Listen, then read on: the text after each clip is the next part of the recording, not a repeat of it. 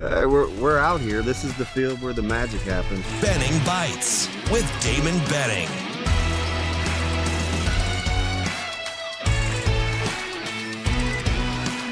Benning Bites with Damon Benning.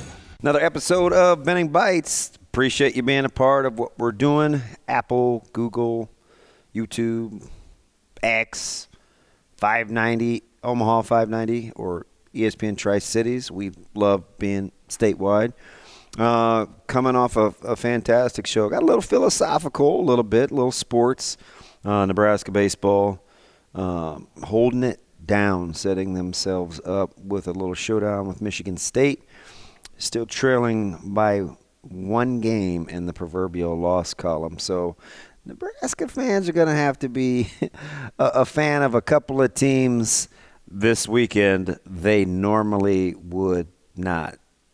Mainly Purdue.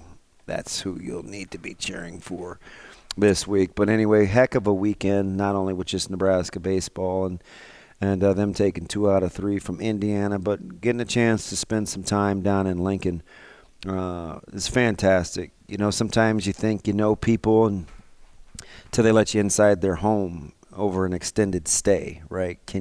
Are you really who we think you are? And with Nebraska in that staff, it was all that and then some.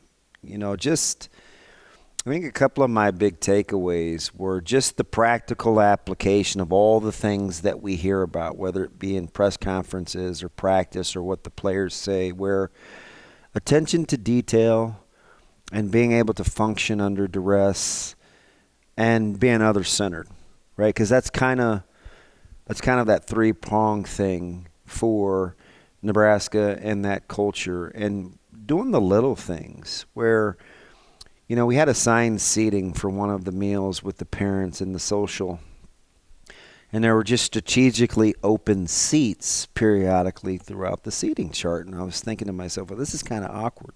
No, not just the seating chart. That's fine. I have been in school before, even though some of you don't think I'm very educated. So I get the seating chart thing, but why the openings? Well, as I watched, it was so people could mingle and move and have a place to sit and talk freely and be able to share information and get to know one another. I thought, while it may seem obvious, it's not like that all the time a lot of other places. I loved getting a chance to meet the kiddos of some of the staff. Like that was, I wouldn't call that the highlight for me, but as you fine folks know, I do love kids. And so seeing young people interact and the coaches around their family, I thought was sensational. Getting a chance to kind of peel back the curtain and figure out that, and I know you guys won't believe this, but I'll probably, I would wager, probably not my money, maybe Shane's money as our producer.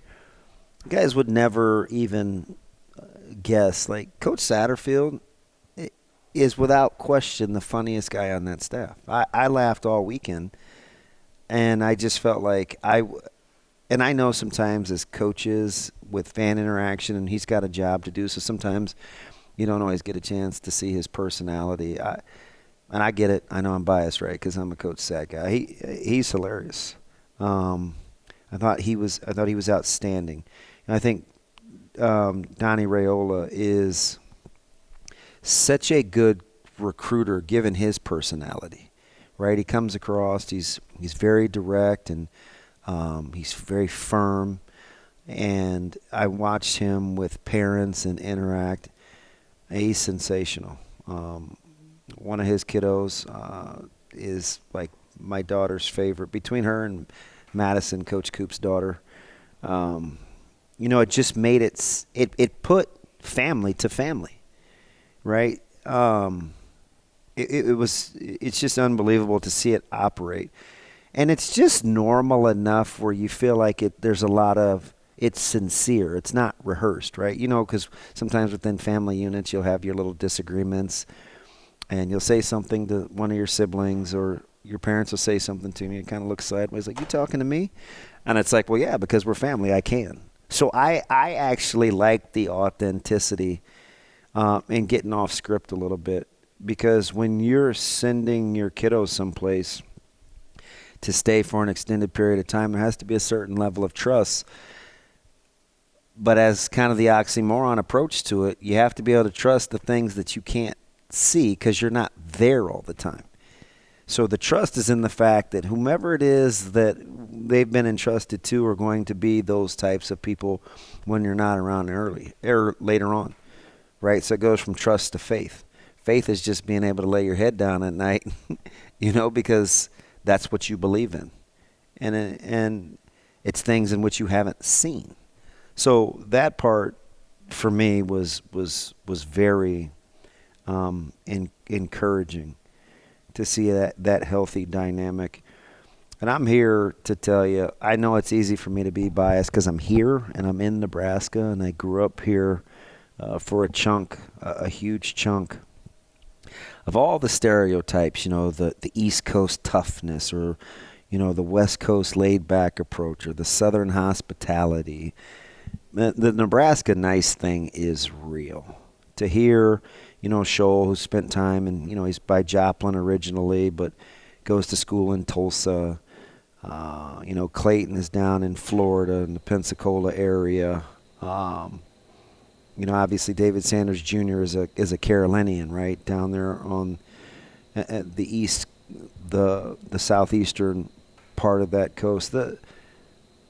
To a person, the Nebraska Nice thing is real. Whether they're blown away by people getting the doors or just coming across people that you see down at the farmers market, which, by the way, Shane, is pretty spectacular. It's significantly bigger than the two that I've been to, the one in Exarban and downtown. The farmers market and the Haymarket, Shane, you'd get lost. I would get lost. I'm just telling you. It was amazing to just be amongst people and conversing at 9:45 on a Saturday morning. It was a pretty good microcosm of, I think, what folks can expect in Lincoln. So don't ever undersell the Nebraska Nice thing. It is real. Other people from around the country feel it when they come here. And so just keep doing that. Just keep doing that part of what we're doing, because ultimately it's going to pay dividends, especially when you have leadership that stresses that component and taking care of one another when it comes to family, and to watch his staff and his personnel interact with their family and then in turn our families. It's not overstated. And I'll stake the future of what this program is going to do in terms of culture building. It's going to revolve around that family component. I feel very, very good about that. The competitiveness will come. The staying the course in tough times will come. But that core thing is being other-centered and for one another. And I saw that firsthand this weekend. It's another episode of Benning Bites.